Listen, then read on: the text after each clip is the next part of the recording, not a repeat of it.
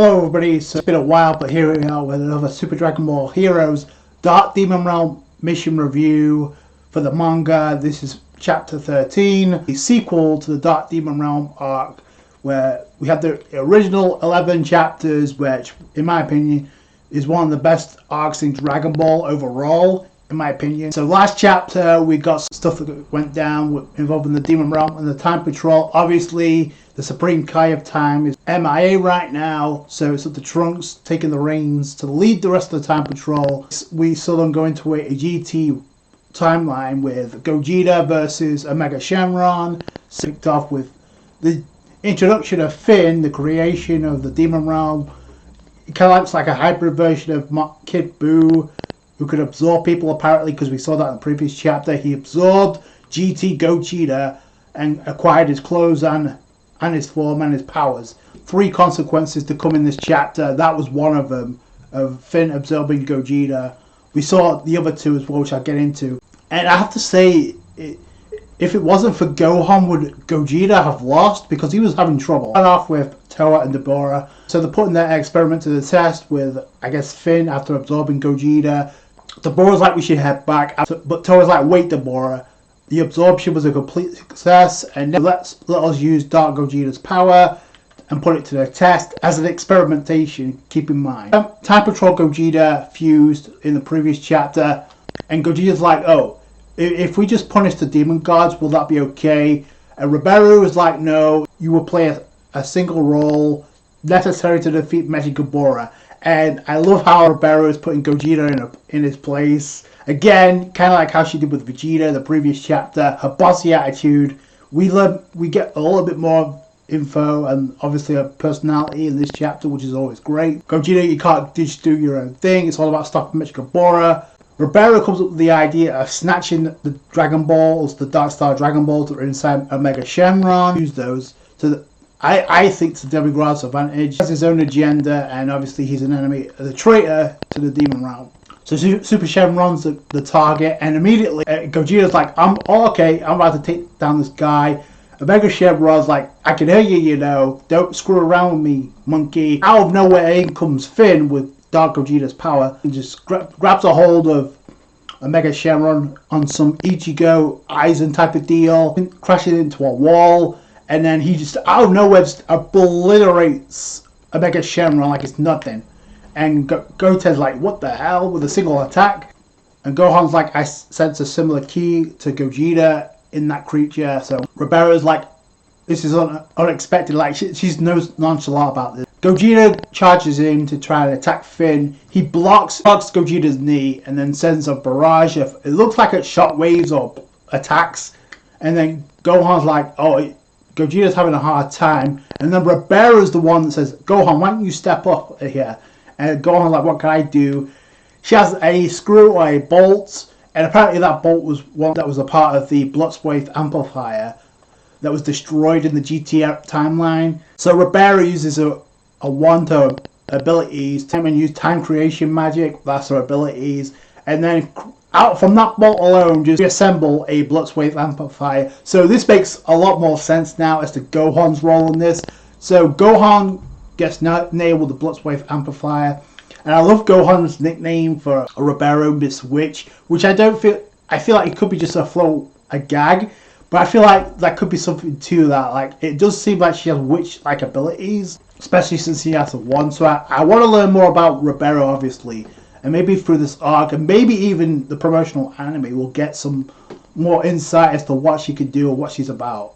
Add to that, she has a decent personality, because she just bossed 2 Chads in the form of Gogeta and Vegeta in the previous chapter, and in this chapter she bosses around Gogeta. She also bosses around Gohan, because Gohan's nailed by the Bloodsport amplifier. This is also to get him to transform into a Great Ape, similar to how Vegeta did it. There's always a what if of what this happened to Gohan, which automatically, I don't care what you say, like, Super Dragon Ball Heroes has already Gohan much better than GT or Super ever done. The fact that he got a new mode and it actually meant something, and it adds more to the story. It looks like he's about to go rampant, which we've seen before. Ribero's not the only one who's freaked out by it. And I like how Ribero's the one that actually shoots the Blood's Wave Amplifier. I think it would have been a nice callback if Trunks would have been the one to do it, just because Bulma is the one that nailed and came up with the idea of turning Vegeta into Super Saiyan 4 in GT. Cuts from Gohan to the battle with Finn and Gogeta. It looks like Gogeta's really having a hard time. Out of nowhere, in comes Gohan with a blast in Super Saiyan 4. So this chapter marks the debut of Super Saiyan 4 Gohan. Again, I'm going to point this out over and over again. We have seen these clips. It comes like promotional openings when it comes to Super Dragon Ball Heroes for promoting the game, but there's not a lot of context to them. So here we get a lot more info, a lot more context, and a lot more pacing to like how these things actually came to be. Gohan in Super Saiyan 4 makes sense. He's a main player, which is good because obviously it would be cool to see more from him in this arc. So Ribero's happy about this because you're awakening, so that's your evolution. And I feel like automatically this chapter immediately separates her personality from Shamel and Demigraph, completely honest. Not just because of my bias, just because this chapter has more depth of the character than Demigraph or Shamel. Like Ribero's out here enjoying herself, bossing around Vegeta, Gogeta. There's a scene where Ribero's like just ordering around Gohan, like go 10 meters from there, in range of the Blood's Wave Amplifier. Gohan's like puzzled, and Ribero's like, just do it now. He's bossing around 3 badass Saiyans here. So I like that, just like that boss-like mentality. I want to see more of that, and I just want to see more of what she can do in a battle. So Gohan's like, he assists Gogeta against Finn.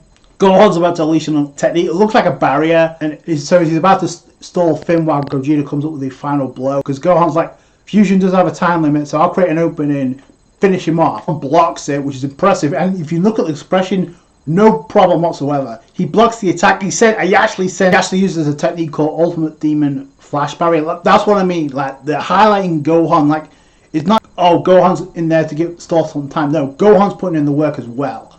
So I like that. Gogeta comes in, uses an atomic Kamehameha, which is awesome. I have to give credit where credit's due. Finn takes the attack and he's still standing. Even Gohan's like, yo, he's still standing after that. Let's go one more time. But then Time Patrol Gogeta's like, wait up. Finn seems to have a difference in his personality because now we see the consequences of him absorbing GT Gogeta in the previous chapter. And that's what I mean. The previous chapter had consequences for this chapter. There was 3 instances where that happens. This was the first where, because Finn absorbed Gogeta, he absorbed his personality. And Finn was like actually out on his own because of Gogeta. He's like, I wanted to try fighting him because obviously he's part Goku. So yeah, that totally makes sense. And Zeno Gogeta responds like, yeah, I totally get it. Gohan is like, I don't get it at all. And then Finn gets separated from Gogeta. Gogeta overpowers it, so it's not just Gogeta, Time Patrol Gogeta that gets shine. GT Gogeta gets some shine as well, because the absorption doesn't last long. Gogeta overpowers it and gets rid of Finn. And I like his response. I ain't so weak to get absorbed by the likes of you, which is a complete reference to Gohan when he tried to absorb Vegeta and it didn't work because of the barrier. So it's like, oh, what a shame. We planned on returning with a good sample, but it seems we were too rash in thinking. Like, we're out of here. In comes Shamel and Demigraph to like stop him in the tracks. It's like, why don't you entertain us for a bit? Deborah has a wound from the previous chapter from Demigraph's attack. So that's another instance where that chapter has a consequence leading to this chapter. Toa is about to step up, which is great, but Shamel just like stops her in the tracks and attacks Toa's wand. And he's like, it's futile, you can't scratch us without. Demigraph is letting you preserve your demon energy as a reckoning with Mecha draws near. So obviously building up to that confrontation. Demigraph's about to attack them both. He falls on the bottom of the barrel. You can't use your precious demon energy. But who comes in and actually stops Demigraph in his tracks? None other than the Supreme Kai of Time. Everybody, with the exception of Ribero, is actually frozen. He can't move. With the exception of Toa and Deborah, of course. And Toa's like, this is definitely that woman's technique, let's escape. Super Saiyan 4 Gogeta and Gohan can't move. Trunks and Goten can't move. And then Trunks is like, wait, I can't move my body, this power, it can't be. It's called freeze the power to stop time. She can stop, obviously the Kaioshin of time can stop people from moving. The flow of time in their body has stopped. So here comes the Supreme Kai of Time. On the Demon Realm side, we knew this was happening because of what we saw in the promotional openings, but now we get more context and we see the first appearance of Dark Kaioshin of Time. So that's, I like a design. Also, you have Putin in the background saying, "Hi, look who I brought home for dinner." So that's pretty funny. You also see Gravy there, and he's just about to unleash a huge attack like Thunderbolt on some Thor type of deal. And even the name of the attack, like Thunderbolt Destruction God, that's a hell of a name for a technique. And he's about to unleash it on Demigra and Shamel. But who comes in and saves the day? The MVP of this arc so far, in my opinion, Ribeiro. You see like these chains that are surrounding the Time Patrol, and obviously Demigra and Shamel. Ribeiro, just like a boss, just like blocks the. I created a magical origin point and gathered everyone. Do it now, Shamel. So Shamel gets them and warps them away. The time magic out. So he warps them away. Trunks is like discouraged by this because obviously he's leaving with the Kaioshin of Time on their side now. Now it's more of a dire situation. What are they going to do now that the Supreme Kai of Time is on much brainwashed? So they get warped. We don't know where to. So Gogeta diffuses. We get Vegeta and Goku. Time Patrol, Vegeta and Goku. Goten and Gohan and Trunks, they also get warped out. We also have Demigra, Shamel and Ribeiro there. And Trunks is like, damn it, because Kaioshin of Time is being controlled by the Demon Realm. And Shamel's like, that technique didn't work on you. And Ribeiro's like, kind of like, it wasn't, that's right, it seemed like I wasn't within range of that technique. Which I feel like that's why one or two things. Either Supreme Kai of Time did that on purpose. Maybe Ribeiro had a counter for it and isn't sharing it with us, because I feel like it's super convenient that she's the only one that can move around, prevent everybody from being frozen in time so they can get out of there. Remember when Finn, after absorbing Gogeta and using Dark Gogeta's abilities to attack Omega Shenron, just obliterated him? Omega Shenron left the Dragon Balls behind when he was destroyed because the Ribeiro pulls up the bag. Hey, I was elsewhere searching for some Dragon Balls. So it seems to be like she did that on purpose. It was within range because she was out Dragon Ball hunting. And she had all 7 Dragon Balls in a bag. But it didn't all turn out pointless. Oh my god. Yo, the more I see of her, the more I'm becoming more of a fanboy over her. Ribeiro, once again, the MVP of this chapter. My god. That's the second chapter in a row where she stepped up. Like, even though she didn't do a whole lot from an action standpoint, she did contribute a lot more to the story. Then out of nowhere, at the same place, Pam wakes up. It's like, keep it down, I was having a nice dream. And this is the third and final consequence of the previous chapter, because remember, they were fighting their counterparts because they were in the G-Team timeline. We had Time Patrol Gohan versus GT Gohan. You had Goten versus Time Patrol Goten, etc., etc. You also have Pan attack alongside Videl. But Pan is in this timeline, and that's where the consequence comes in. But Pan apparently is not brainwashed anymore. The effects of the Demon Realm wore off. But she also got warped into this timeline, so that's interesting. Pan must have been within range when Shamel warped them away and into this timeline. Now we don't know where they're at right now. It could just be a hideout for Demigra. We'll just have to wait and see in the next chapter. But yeah, this is where Pan becomes an honorary member of the Time Patrol. So we do have Time Patrol Pan in the promotional anime as well as the opening. So this makes a lot more sense now. Gohan's like, Pan, what are you doing here? And ultimately, once again, Ribeiro is the MVP, not only of this chapter, but I would say of this arc so far.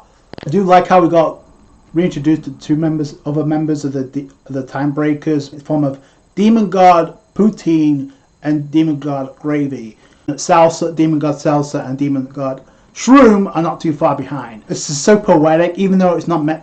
It's such a coincidence because Poutine is also in the promotional anime as well now, alongside Salsa and Shroom. This may explain why they're gathering collaborators and going. For all intents and purposes, the Demon Realm, at least we're meant to think that. We'll have to wait and see what happens in the promotional anime. But this is the manga, and this was a damn good chapter. Shout out to Gohan, and more importantly, shout out to Ribeiro for putting in the work. I guess we've got the introduction of Timebreaker Cronoa, Timebreaker Supreme Kai of Time. So now that adds a dilemma to this arc. So I can't wait to see what's next. Let me know what you guys think down below. That's going to do it for you guys. Thanks so much for watching. Like the review if you did, a thumbs up. I appreciate that. Subscribe to the channel for more Super Dragon Ball Heroes. Catch you guys later. Thanks guys. Bye.